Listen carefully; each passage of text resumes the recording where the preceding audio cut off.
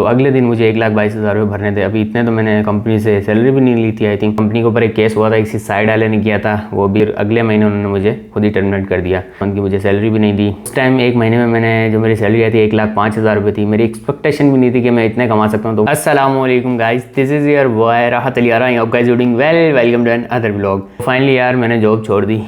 Job क्यों छोड़ी, खैर मैं आपको पूरी स्टोरी सुनाता हूँ। यार जब बच्चा पढ़ता है 1 से लेकर 10 तक, उसके बाद उसको ये प्रेशर होता है कि जो 4 साल होते हैं ना, पाकिस्तान की मैं बात कर रहा हूँ, 9 मैट्रिक फर्स्ट ईयर इंटर। हमारे टाइम में ये कहते थे कि ये जो 4 साल है ना, ये आपको कमा के खिलाएंगे। मतलब first year inter, 9 matric first year inter में अगर आपने अच्छे नंबर ले लिए तो आपको ये 4 साल कमा के खिलाएंगे। उसके बाद जब बच्चा पास आउट होता है, उसके बच्चे जिसके मार्क्स आते हैं उसको अच्छी यूनिवर्सिटी में मिलता है एडमिशन, और फिर वो 4 साल अपने वहाँ पे वो देता है। जब 4 साल वहाँ पे पढ़ता है तो उसकी एजुकेशन जो 16 ईयर एजुकेशन हो जाती है, ग्रेजुएशन कंप्लीट हो जाती है। फिर वो पोस्टें वगैरह लगाते हैं, अल्हम्दुलिल्लाह कंप्लीट है ग्रेजुएशन XYZ।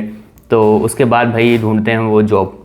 जो एक्सपर्ट होते हैं ना, अगर 100 का ग्रुप है उसमें कोई 5-10 ही एक्सपर्ट होंगे, 5 होंगे मुश्किल से जिनको इंटर्नशिप मिल जाती है। पहले इंटर्नशिप ढूंढते हैं, जब जॉब के लिए जाते तो वो कहते हैं कि आप फ्रेशर हो, हम फ्रेशर नहीं लेते। कुछ कंपनियां होती हैं वो मौका देती हैं फ्रेशर को। उसमें क्या होता है कि भाई फ्री इंटर्नशिप होती है, पैसे नहीं मिलते। अगर किसी को मिल भी जाए तो 25,000, 20-25,000, 10,000, 30,000। तो मेरी ग्रेजुएशन जब कंप्लीट हुई तो मैंने टाइम दिया थोड़ा, 1 साल तक, तकरीबन 6-7 महीने तक मैं सोचता रहा अब क्या करूँ। यूट्यूब पे वीडियोस वगैरह बहुत कम डालता था मैं। नहीं सोच रहा था यार 4-5 महीने वेट कर लूँ, अपनी जो रही वीडियोस है ना वो अपलोड कर दूँ। लेकिन मैं इतना एक्टिव नहीं था यूट्यूब पे, तो मैं रोज़ तो नहीं, कभी कभी 1-2 वीडियोस डाल देता था। तो 6 महीने गुजर गए, कोई खास इम्पैक्ट नहीं आ रहा था यूट्यूब चैनल पे। तो फिर मैंने सोचा यार जॉब करनी चाहिए। अब 16 ईयर की ग्रेजुएशन एजुकेशन कंप्लीट हो गई है तो अब जॉब करनी चाहिए। तो उसके बाद मैं इंटरव्यू वगैरह देने लगा, कभी कहाँ इंटरव्यू दो, कभी कहाँ इंटरव्यू दो। तो भैया CVs ड्रॉप करने से आपको इंटरव्यू कॉल बहुत मुश्किल आती है। यहाँ अगर आप कोई छोटी सिटी में रहते हैं तो आपको मूव करना पड़ता है बड़े सिटीज़ में, क्योंकि छोटे सिटीज़ में जॉब की जो होती है ना वो अपॉर्चुनिटीज़ वो बहुत कम होती है। तो उसके लिए जब आप बड़े सिटी में जाते हो तो आपके एक्सपेंस बढ़ जाते हैं। जितनी आपकी सैलरी होती है उससे ज़्यादा तो एक्सपेंस आपको पे करने पड़ते हैं। और फिर बिला वजह की ख्वारी रोज़ हर किसी से, क्योंकि आपको डायरेक्ट इतनी हाई लेवल की जॉब तो मिलेगी नहीं, तो रोज़ आपको किसी न किसी की सुननी पड़ेगी। तो ये सब जॉब सिस्टम में चलता रहता है। खैर मैं बात कर रहा था अपनी।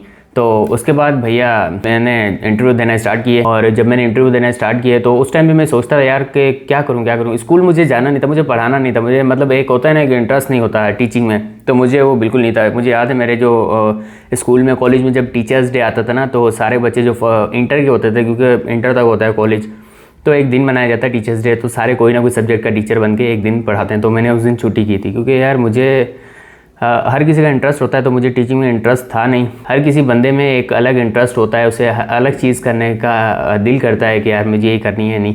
तो फिर मैंने उस दिन छुट्टी की थी। तो अब मैं यहाँ पे टीचिंग नहीं कर सकता था, तो मुझे करनी नहीं थी। फिर मैं गया, इंटरव्यूज़ वगैरह दिए, तो कहीं से कॉल नहीं आई। एक जगह पे अल-अमीन साल्ट, मुझे आज भी याद है, अब तो 1.5 साल हो गया, वहाँ पे इंटरव्यू दिया, वहाँ पे मैं रिजेक्ट हुआ था। इसी वजह से होते हैं अमूमन फ्रेशर कि आपने पहले कोई काम नहीं किया, आपसे भी आपसे यहाँ पे काम ना हो।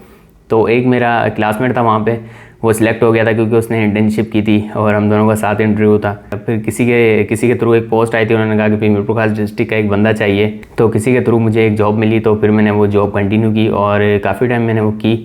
वो जॉब ये थी, जब मुझे पता नहीं था कि किस चीज़ की जॉब है, बस इतना पता था एक ऑयल की कंपनी है। जब मैं वहाँ गया मैं समझा कि कुकिंग ऑयल की कंपनी है, तो वहाँ पे गाड़ियाँ वगैरह बनी हुई थी, तो मैं समझा इंडियन ऑयल की कंपनी है। जब इंटरव्यू देने के बाद पता चला वो पेट्रोल और डीजल सेल करते हैं। वो एक कंपनी है जो कि पेट्रोल और डीजल में डील करती है। खैर मैंने वहाँ पे काम स्टार्ट किया और पहला दिन था, कुछ पता नहीं काम करना कैसे, फ्रेशर बंदा है, अपनी फील्ड से बिल्कुल हट गया। मतलब मैंने केमिस्ट्री की है तो हमारा काम लैब में होता था, एनालाइज करना है, QC AC एनालिटिकल केमिस्ट। तो अपने काम से बिल्कुल मैं हट गया, मुझे पता ही नहीं था करना क्या है। तो सेल ढूंढनी थी, सारा दिन पेट्रोल पंप्स पे जाना है, उनसे डील करना है कि हमसे लो, हम ये रेट दे रहे हैं। तो सेल्स का काम था। तो पहला महीना बहुत मुश्किल था, मैं गया, मुझे समझ ही नहीं आती थी कैसे डील करना है, कैसे बात करनी है, नया नया बाहर निकला था। तो मैंने फिर भी वो किया। जब सेल्स जाता था कोई खास सेल मिली नहीं। पहले महीने मैंने 10,000 लीटर सेल किया था, जो कि बहुत कम था। मेरा टारगेट था 2 लाख लीटर का। और फिर काफ़ी सारा प्रेशर होता था। और फिर पहले महीने मुझे सैलरी नहीं मिली, फिर सेकंड मंथ में दोनों मंथ की साथ मिली थी। तो ऐसे करते करते टाइम गुजरता गया, लेकिन जॉब में बिल्कुल मज़ा नहीं आ रहा था। खैर जब हर महीने सैलरी मिलती थी ना तो बहुत अच्छा लगता था। तो करते करते ये जर्नी चल ही रही थी और चलते चलते उसमें सेल ढूंढनी होती है, पैसे, मतलब बहुत ज़्यादा इसमें मसला होता है। मतलब हमारी जो पोस्ट थी बहुत नीचे थी, कोई हमें खास रिस्पॉन्स नहीं मिलता था। जैसे एक नए हायरिंग को स्टाफ का जैसे रवैया होता है, तो ऐसे ही था, कोई ख़ास नहीं था। लेकिन डिस्ट्रिक्ट मेरे को खासकर मैं डिस्ट्रिक्ट DSO था, डिस्ट्रिक्ट सेल्स ऑफिसर, मतलब डिस्ट्रिक्ट पूरे में मेरे पास था, कहीं भी सेल्स कर सकता था। तो एक दफ़ा क्या हुआ, हर 15 दिन के बाद ना पेट्रोल के रेट बढ़ते हैं। तो एक दिन 15 दिन के बाद जब रेट बढ़ते हैं तो पहले ही क्लाइंट्स को वगैरह को सब पता होता है कि अब रेट बढ़ेंगे। तो मुझे एक ऑर्डर मिला 15,000 लीटर का, जिसकी कोई पेमेंट बन रही थी कोई 42 लाख से लेकर 47 लाख तक, मतलब 45 लाख थी या 44 लाख थी, इसके राउंड फिगर ही थी। तो वो ऑर्डर मिला तो उन्होंने कहा ठीक है, मैंने ऑर्डर लगवा दिया। जब पीछे प्रोडक्ट था, पीछे से कंपनी से मैसेज आया कि अब और ऑर्डर नहीं लेना।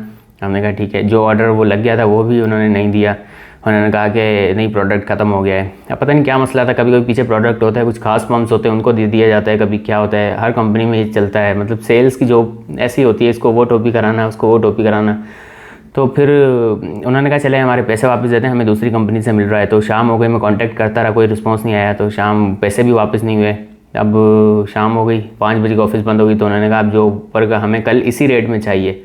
तो क्योंकि कल को 10 रुपये या 8 रुपये पे 1 लीटर पे बढ़ने थे। अगला दिन स्टार्ट हुआ भाई, तो मैंने कंपनी को कांटेक्ट किया। उन्होंने कहा कोई रिटर्न नहीं होंगे, जो अभी उनको पैसे चाहिए तो मिल जाएंगे उनके वापस, और अदरवाइज़ वो उनको उसी रेट पे हमसे परचेज़ करना पड़ेगा जो रेट बढ़ गया है।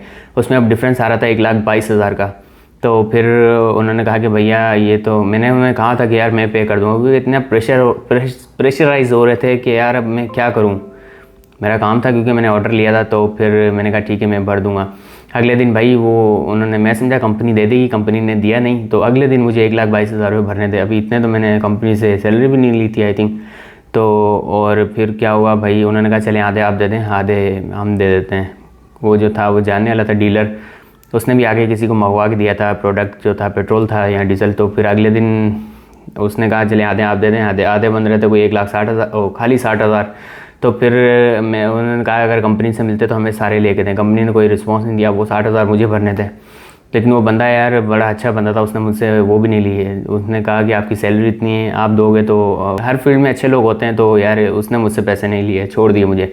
उसके बाद से मेरा दिल टूट गया। उसके बाद मैंने कहा यार अब मैं जॉब ये छोड़ दूँगा, ये सही जॉब नहीं है। कभी कोई गाड़ी पकड़ी जाए, वहाँ जाओ, पुलिस स्टेशन जाओ, कभी तो काफ़ी सारे इश्यूज़ थे, तो मुझे मज़ा नहीं आया। मैंने कहा यार ये मेरा काम नहीं है जो मैं करना चाहता। फिर मैंने सोचा मैं छोड़ दूँगा। 1 महीना नहीं छोड़ा। फिर मैंने अदर ऑर्डर्स, बाहर के ऑर्डर्स लेना छोड़ दिए। जो मेरे पास खुद आते थे कंपनी के ऑर्डर्स वही लेता था। 1 महीना 2 महीना, तो उसमें एक केस चल गया कंपनी के ऊपर। एक केस हुआ था, किसी साइड वाले ने किया था, वो भी मेरे रीजन में आती थी। तो फिर उसकी वजह से मेरा एक्सटेंड हो गया। वो उन्होंने बंदे निकालना शुरू कर दिए। हम कोई 7, 8, 9 बंदे नए आए थे। 2 महीने पहले निकाल दिए थे, जिस महीने ये पैसों वाला सीन हुआ था। तो उसके अगले महीने क्या हुआ कि मैंने सोचा कि अब मैं छोड़ दूँगा। तो फिर सैलरी मिलती थी, फिर कहते थे लगा रहे। लेकिन जब ये सीन हुआ था उसके बाद मैंने अदर ऑर्डर्स लेना छोड़ दिए। मेरी सेल डाउन हो गई और 1 महीना मुझे सैलरी मिली। उससे अगले महीना 1 महीना और फिर अगले महीने उन्होंने मुझे खुद ही टर्मिनेट कर दिया। और जिस मंथ टर्मिनेट किया उस मंथ की मुझे सैलरी भी नहीं दी। मैं सैलरी मांगता रह गया, मुझे नहीं मिली। तो फिर क्या हुआ कि फिर उसके बीच में अगर मैं आपको बात बताऊँ, सैलरी जब मुझे मिल रही, मैं ये जॉब कर रहा था। फिर मैंने सोचा यार कहीं और जॉब करें और भी देखें। तो मैंने एक फर्टिलाइज़र की कंपनी में जॉब की थी। अच्छा, पेट्रोल वाली कंपनी में जो मुझे जो सैलरी देते थे वो 35,000 थे। उसके बाद कुछ पेट्रोल के पैसे 2-3 हज़ार 5 हज़ार कभी कितने तो ये मिल जाते थे। उसके बाद फिर मैंने बीच में अदर इंटरव्यूज़ देना शुरू किए। तो मुझे एक फर्टिलाइज़र की कंपनी में जॉब मिली। तो फिर एक साथ मैंने 2 जॉब्स की थी। 1 महीना ही उसमें मुझे सैलरी मिली थी फर्टिलाइज़र वाली में। उस टाइम 1 महीने में मैंने जो मेरी सैलरी आई थी 1,05,000 रुपये थी। मेरी एक्सपेक्टेशन भी नहीं थी कि मैं इतने कमा सकता हूँ। तो वो उस महीने में बहुत खुश हुआ था कि मैंने 1,05,000 रुपये कमाए। तो फिर मैंने कहा 1,05,000 कमा सकते हैं, अब इसको 2,05,000 करेंगे, मतलब 2 लाख से अब मैंने सोचा यार कुछ और जॉब करते हैं। फिर मैंने 7 इंटरव्यू दिए। एक बैंक में दिया, बैंक में भी मेरी हो गई थी सिलेक्शन। पर मैं वहाँ पर जा नहीं सकता था क्योंकि वहाँ पे पूरा टाइम देना पड़ता। और उसके बाद एक और कंपनी थी वहाँ, यहाँ पे एक इंडस्ट्री थी, वहाँ पे उनको केमिस्ट चाहिए था। तो उन्हें चाहिए था एक एनालिटिकल केमिस्ट, तो वहाँ भी थी। तो उन्होंने वहाँ पे सिलेक्शन मेरी हो गई। और जो फर्टिलाइज़र की कंपनी में जो थी मेरी सैलरी थी वो 45,000 थी। तो ये उस मंथ बस मज़ा आया था जब 1,05,000 रुपये मैंने कमाए थे। लेकिन जॉब तो जॉब है, दोनों एक साथ।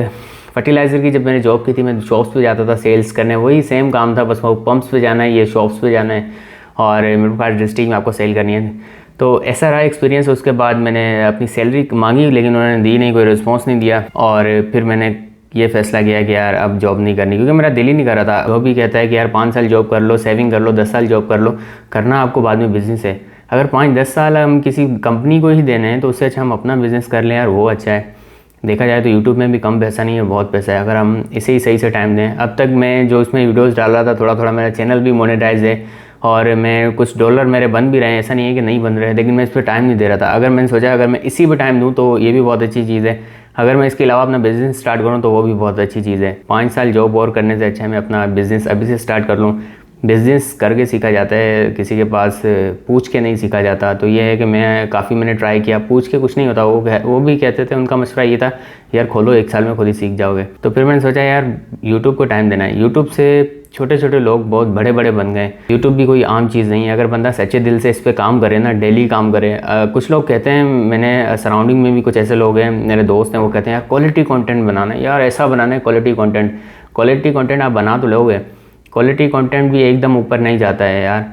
कुछ होते हैं जो चले जाते हैं, कुछ होते हैं आप इतनी मेहनत कर दो एक वीडियोस पे, फिर 1 महीना उसी वीडियोस के व्यूज़ देखते रहते हो, यार ऊपर नहीं जा रहे, ऊपर नहीं जा रहे। यार आप कुछ भी बना लो, थोड़ा थोड़ा बना लो, रोज़ बना लो, क्वालिटी कंटेंट की तरफ आप आओ। तकरीबन आप 2 3 4 महीने 6 महीने कम से कम डेली काम करो, उसके बाद क्वालिटी कंटेंट पे आओ। आपको मज़ा आएगा जब आपकी वीडियोज़ पे व्यूज़ आएंगे ना, तो आपके क्वालिटी कंटेंट के पैसे पूरे हो जाएंगे। तो फाइनली चैनल की जो मुझे सबसे ज़्यादा खुशी तब हुई थी जब मेरी पिन आई थी, और अब $100 आएंगे, दूसरी खुशी तब होगी।